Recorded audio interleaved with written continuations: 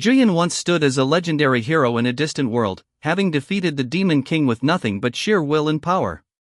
He wasn't born there, though. He was summoned by a goddess, chosen to rescue her crumbling realm. And now that his mission was complete, she was ready to send him home. Here's where it gets wild. Even though Juyin had spent 20 long years fighting, training, and surviving in that fantasy world, not even a second had passed in his original world. When he returned, it would be to the exact moment he left, no time lost. There was a catch, though. He wouldn't remember any of it. All those years of hardship, glory, and growth gone, like a dream. Still, the goddess wasn't totally heartless. As a final gift, she granted Juyin a fragment of godly power. What it actually did, she didn't really explain. Just a bunch of mystical mumbo-jumbo before she forcefully yeeted him back to Earth. When Juyin opened his eyes, he had no idea he'd just lived 2 decades in another world. For him, it was just another regular morning. He picked up his phone and was immediately hit with a flood of frantic messages from his manager. Crap! Late again. Skipping breakfast, he bolted out the door, racing through the streets like a man with a bounty on his head. Eventually, he got an earful from his furious manager. All Juyin could do was lower his head and take the scolding. Back at work, everything felt dull. The kind of soul-draining job that sucks the color out of your life. And with rent overdue and bills piling up, he was barely staying afloat. He started wondering if he should take up more part-time gigs just to survive. If only I had awakened earlier, he thought. Maybe life could have been different, and right then, bam! A system window popped up in front of his eyes, glowing brightly. You have awakened. Unique trait acquired. Skill master. Just like that, Juyin became an awakened. Let's take a step back here. About 5 years ago, a strange new phenomenon changed the world. Fields, mysterious zones filled with monsters and magical resources started appearing all over the planet. Those who awakened were called users, and they were the only ones who could enter and survive in these dangerous zones. Being a user wasn't just about glory, it was also a job. Even small-time fieldwork paid decently. That's why becoming a user became the dream job of the new generation. Of course, the reality wasn't all sunshine and loot drops. While some lucky few awakened with high-tier unique traits and rose to fame, most didn't get anything special. At the top of the hierarchy sat one man, Muhammad L., the world's #1 ranked user. The first to reach level 70 and the proud holder of an SS rank trait called Dragon Speech. One day, Muhammad uploaded a video to his official YouTube channel. The title was catchy enough, but the moment people clicked, they were hooked. The footage? Insane. He cast a spell known as Meteor Rain, a legendary tier spell that summoned a storm of fiery rocks from the sky. Within seconds, the entire A-rank field he stood in was reduced to ashes. Monsters that could destroy entire cities were vaporized like ants under a magnifying glass. People were stunned. Awed. Speechless. And then, at the end of the video, Muhammad dropped a bombshell. Anyone who can cast more powerful magic than this will earn the Elemental Ring. This wasn't just some reward. The Elemental Ring was the only known SS rank artifact in existence, a dream for every user out there. Naturally, everyone started talking. In a random cafeteria, 2 users were chatting about it. One of them scoffed, saying it was all just a flex. Who's going to beat that, she said. Even if someone had an SS trait, Muhammad himself would have to approve. He's not handing that ring over. Most people agreed. The challenge felt impossible. The video spread like wildfire, dominating the news and forums. That is, until Juyin stepped in. In the middle of a field, casually and without effort, he raised a finger. Boom! Meteors rained down from the sky, reducing everything to rubble. The flames swallowed everything. The destruction was absolute. Juyin just smiled and gave a thumbs up, almost like a silent thanks to Muhammad for sharing the move. The internet exploded. Comments, theories, reactions, everyone wanted to know, who the hell is this guy? And so, the legend of skill master Julian had just begun. In the world of awakened users, some traits are legendary. There's Miracle, a healing trait so powerful, it's said to revive the dead. Then there's Regeneration, turning the user into an unstoppable tank capable of regrowing limbs like it's no big deal. And Lethal Strike, transforming someone into a pure-blooded warrior who can take down anything in their way. But here's the catch, no one's ever heard of Skill Master, the trait Julian just happened to awaken. Naturally, he dove into the internet, digging through every forum, article, and wiki he could find. But there was almost nothing on it. 0 records. 0 mentions. What made things more confusing was when Julian checked the grade of his trait. Most traits are ranked from F to SS, and higher grades usually mean better effects and more subtraits. But his? Grade, EX an unknown, unlisted tier. Even more mysterious than SS. Excited, he opened his status window, only to be hit with disappointment. His base stats were trash. Like, painfully low. That didn't make any sense. EX grade traits were supposed to give huge boosts to a user's starting stats. But his looked like someone rolled all ones in a D&D campaign. Even his subtraits were underwhelming. Just 2. That's it. Something clearly didn't add up. Frustrated and confused, Julian tried to make sense of it all until the system pinged him again. Tutorial quest unlocked, copy any skill. Reward, 20 SP. Note, all copied skills vanish at midnight. That last part stung.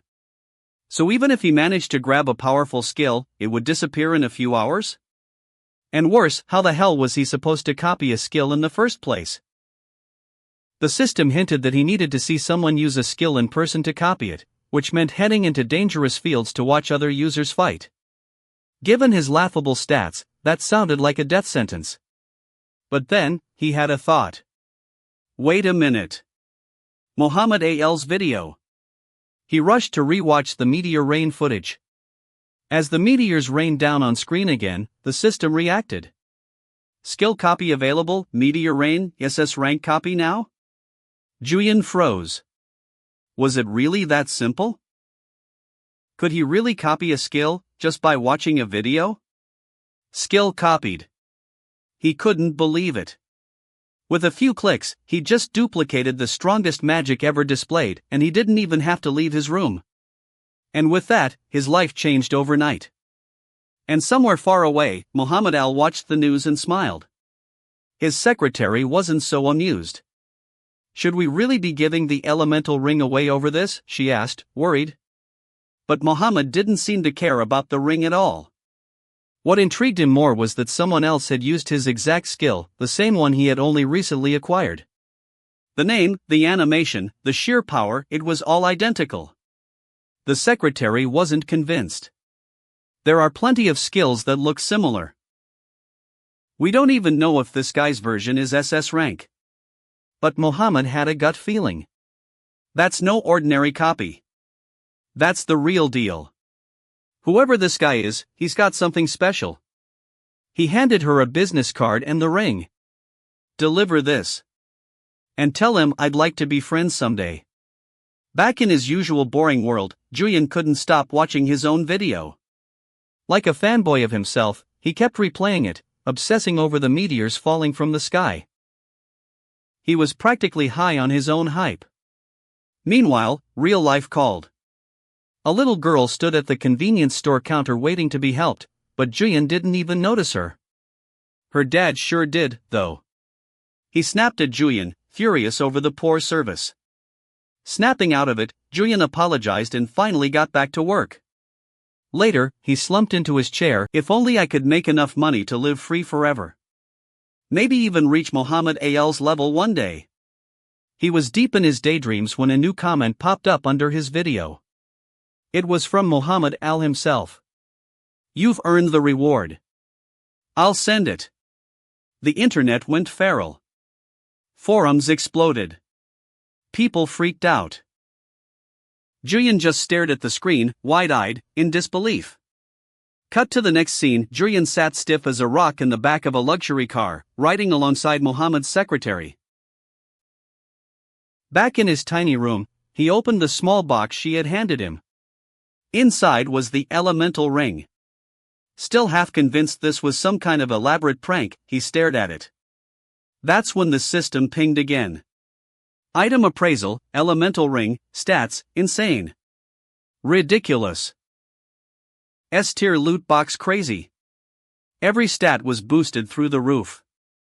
Finally, his journey was about to begin.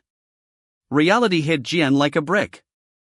That elemental ring wasn't just a flashy reward, it was a game changer. A chance to stop dreaming and start grinding for real.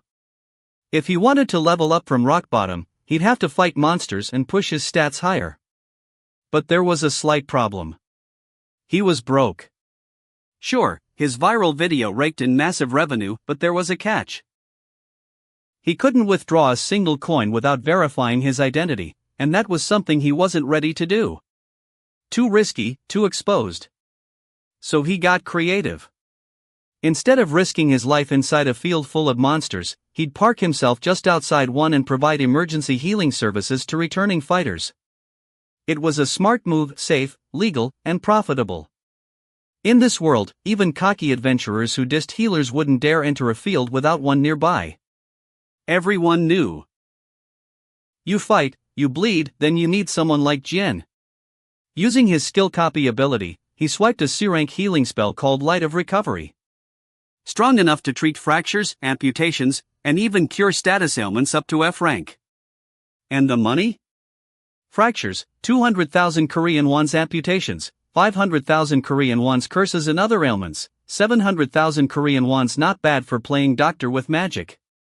The next morning, Jin set up his humble little healing booth outside the D-rank swamp field near Seoul Grand Park. It wasn't a prime spot, those had already been claimed, but it was something. No customers came at first. He scrolled his phone to kill time, thinking maybe he should bring a board game next time just to pass the boredom. At least out here, he wasn't in danger of being eaten alive. It was a safe zone, after all. Or so he thought. Suddenly, a blur of motion. A terrifying man sprinted toward him, carrying a woman drenched in blood. Her arm was gone, completely severed. The guy looked like a storm in human form. Jian froze, breath caught in his throat. Heal her. Now. The tone? Pure command. No respect, no please. Jian narrowed his eyes. It reminded him of all the annoying customers back when he worked retail, those entitled jerks who acted like they owned you for spending 1,000 won. He wasn't about to waste a good healing spell on some bossy brute. But then, the man shoved a fat stack of 200,000 Korean wons into his hand. Instantly, Jian snapped into yes sir customer service mode. Cash had that effect.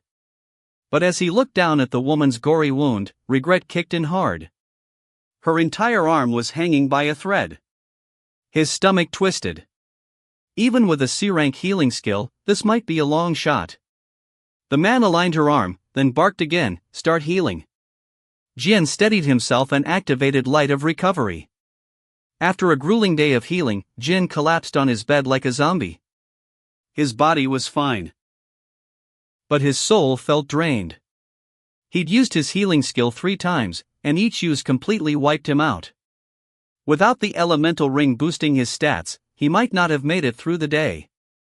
Still, the money was solid. And way better than dealing with screaming Karens who thought paying 1,000 Korean wons gave them license to act like royalty. With enough cash to breathe for a while, Jian turned his attention to something even more important, SP farming. That's when the system chimed again. Tutorial quest, upgrade passive income, raise the level of the subtrait, passive income. Apparently, passive income wasn't just a cool name, it was one of the most essential tools for growing his skill master trait. He hadn't realized subtraits had their own levels, too.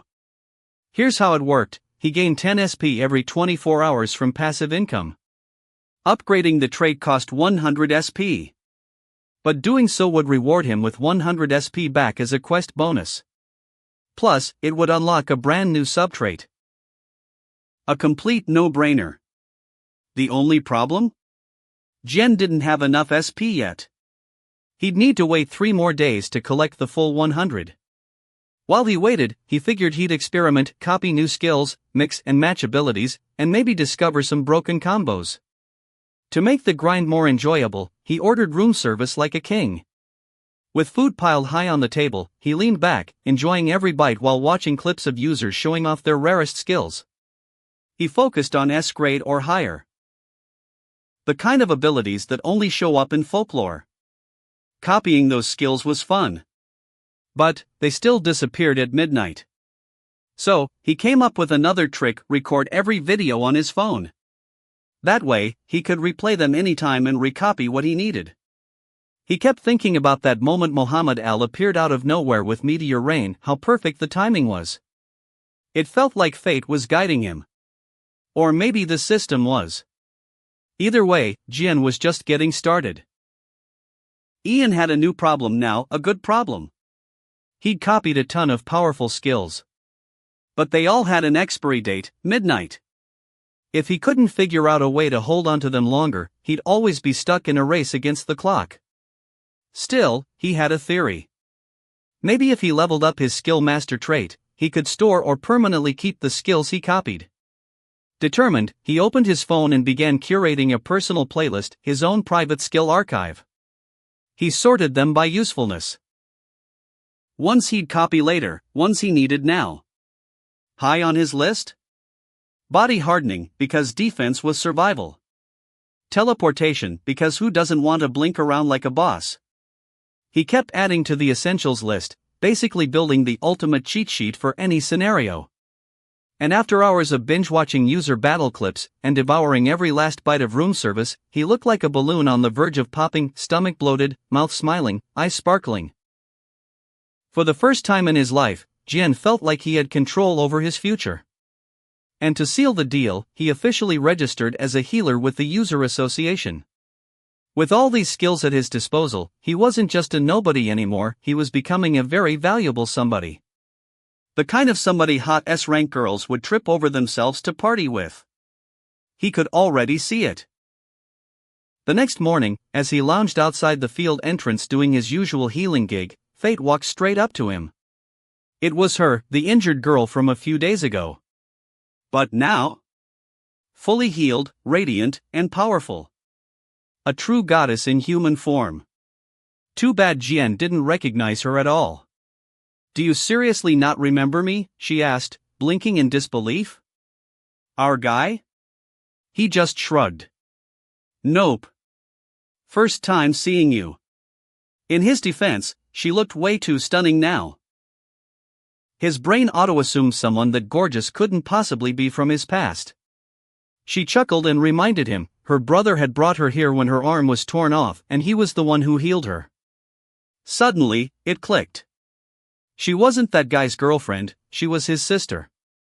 "Oh, you were the one with the arm, yeah, Jin muttered awkwardly. She smiled, relieved. Now that he remembered, it was easier to say thank you. "If it weren't for you, I'd probably be dead," she said sincerely. Then, out of the blue, "Are you in a party?" Jian shook his head. "Nah, any guild?"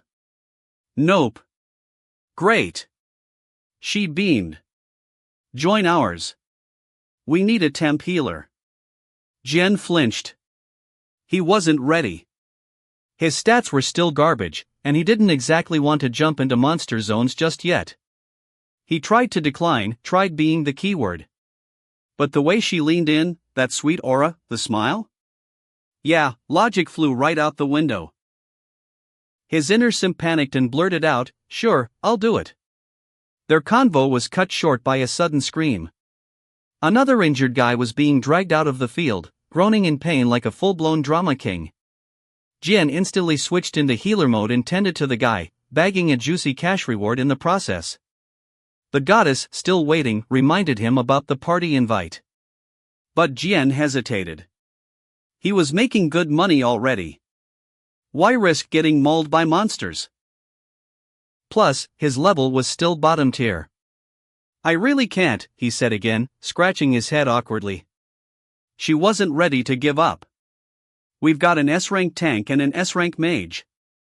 We'll carry you. You'll be fine.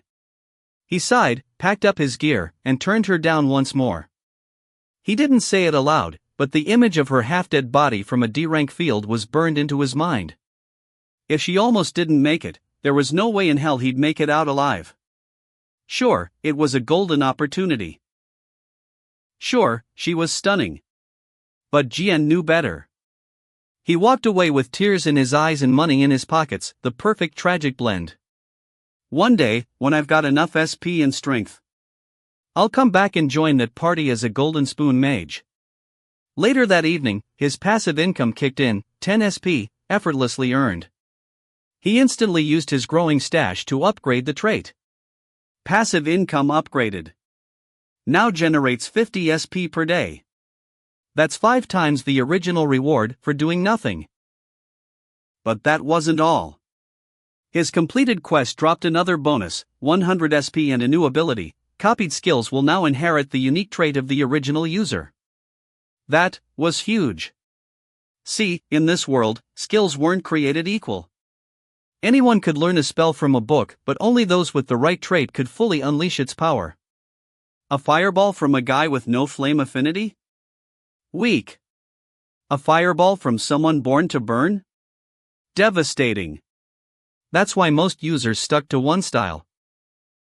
Without the right traits, multi-skill mastery was nearly useless. But now, Jian could copy both the skill and the user's talent behind it. He wouldn't just use a fireball, he'd use their fireball. At their level. There was still a catch, though. The system mentioned something about random inheritance. He wasn't sure what that meant.